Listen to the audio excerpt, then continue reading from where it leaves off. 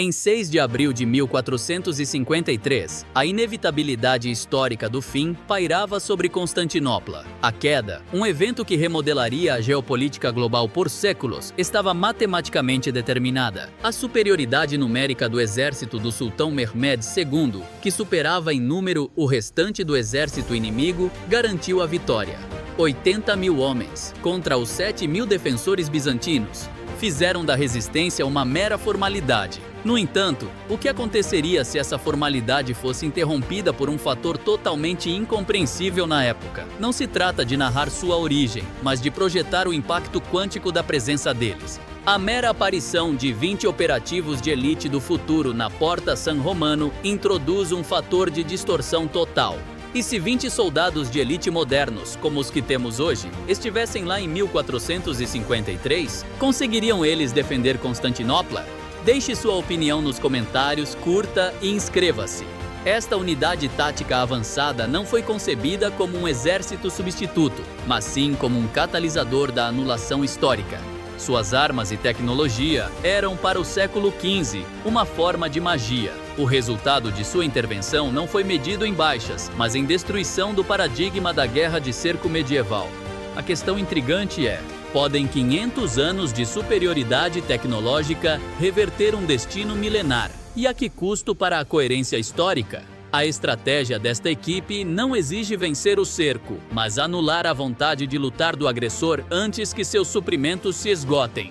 A doutrina Reyes, o protocolo tático da unidade, é baseada no cancelamento do vetor de terminação, o canhão gigante que define o cerco. A basílica, a arma de cerco mais avançada do mundo na época, era o único meio capaz de abrir uma brecha decisiva nas muralhas de Teodósio. Sua destruição precisava ser instantânea e inexplicável. Uma equipe de demolição infiltrada, utilizando a cobertura completa de câmeras termográficas e camuflagem adaptativa, tecnologias indisponíveis para a vigilância medieval, colocaria explosivos plásticos C4 diretamente dentro do cano de bronze. A explosão resultante não seria o rugido controlado do canhão, mas uma implosão que pulverizaria a peça central da estratégia otomana. Quais são as implicações disso?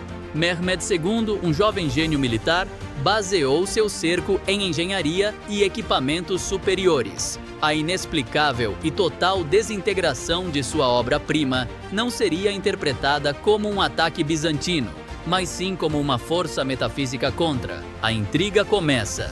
Como reage uma mente do século XV, mesmo uma brilhante, quando as leis da física e da engenharia que conhece deixam de se aplicar? Essa destruição imediata não só salva a muralha, como também destrói a confiança do sultão em sua própria superioridade. Assim que a ameaça de violação for neutralizada, essa equipe passará para a próxima fase: desmoralização sistemática, um processo concebido para desmantelar a cadeia de comando otomana sem qualquer explicação visível às tropas.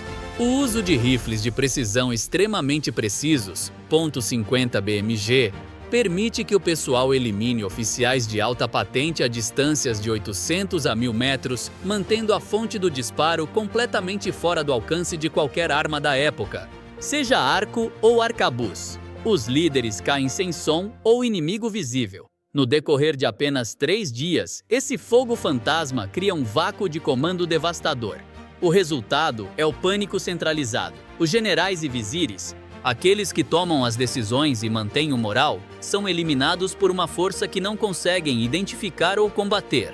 Para o soldado otomano, essa colheita invisível apenas confirma a intervenção de forças obscuras. A fé na vitória, elemento-chave para um cerco prolongado, se erode rapidamente. A intriga se aprofunda.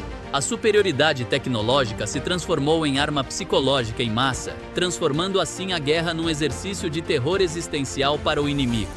O soldado medieval não teme a morte em combate, mas sim uma morte que desafia a compreensão do divino e do terreno.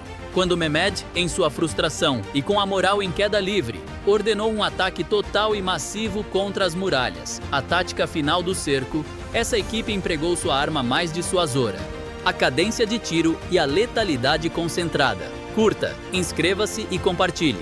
Os 20 soldados, operando em rajadas curtas e controladas com seus fuzis de assalto, 700 a 900 tiros por minuto, criariam uma barreira de fogo impenetrável. Esse fogo, que resultaria em morte instantânea para qualquer um que tentasse escalar o muro, era incompreensível em seu volume. Eles reforçariam o efeito com o uso estratégico de granadas de fumaça densa e, crucialmente, com suas limitadas granadas termobáricas. Essas detonações, ao consumirem oxigênio e gerarem uma onda de choque devastadora, não apenas matam, mas também eles alteram o ar. Isso deu aos soldados otomanos a sensação de que a própria essência do jogo havia se voltado contra eles.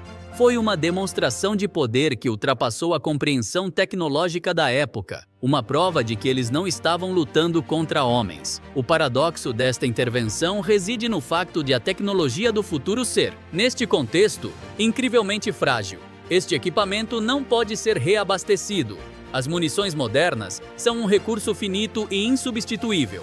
O estoque total de 20.000 cartuchos de alta velocidade se esgotaria em um cerco prolongado. Essa limitação logística impõe a restrição temporal mais rigorosa. A vitória deve ser assegurada dentro de um período máximo de 10 dias. Se o cerco se prolongar para além desse limite, a unidade perde o seu fator de neutralização e os seus rifles modernos tornam-se objetos pesados e inúteis. A premissa é a sobrevivência de Constantinopla em 1453 graças à intervenção de 20 soldados modernos. A estratégia se desenrola ao longo de 10 dias, neutralizar a tecnologia de cerco, desarmar o comando otomano e travar uma guerra psicológica extrema.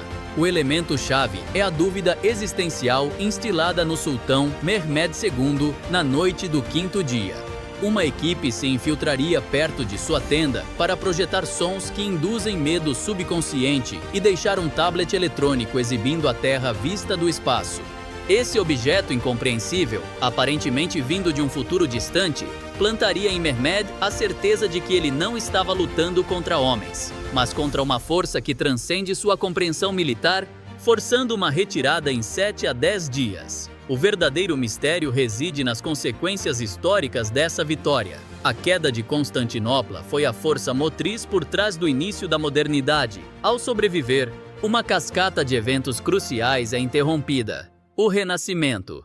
Historicamente, os estudiosos bizantinos que fugiram para a Itália aceleraram o Renascimento ao trazerem consigo textos gregos clássicos.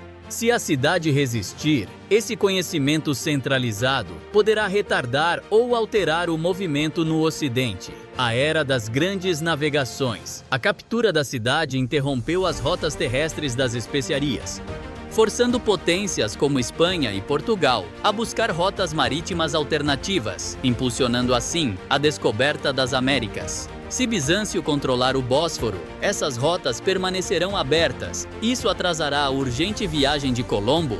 O Império Otomano. A incapacidade do jovem sultão de superar forças imprevistas mergulharia o império em uma crise de moral e introspecção, limitando sua expansão nos Balcãs. Bizâncio permanece como uma zona de defesa, alterando alianças e guerras europeias pelos próximos 2 séculos.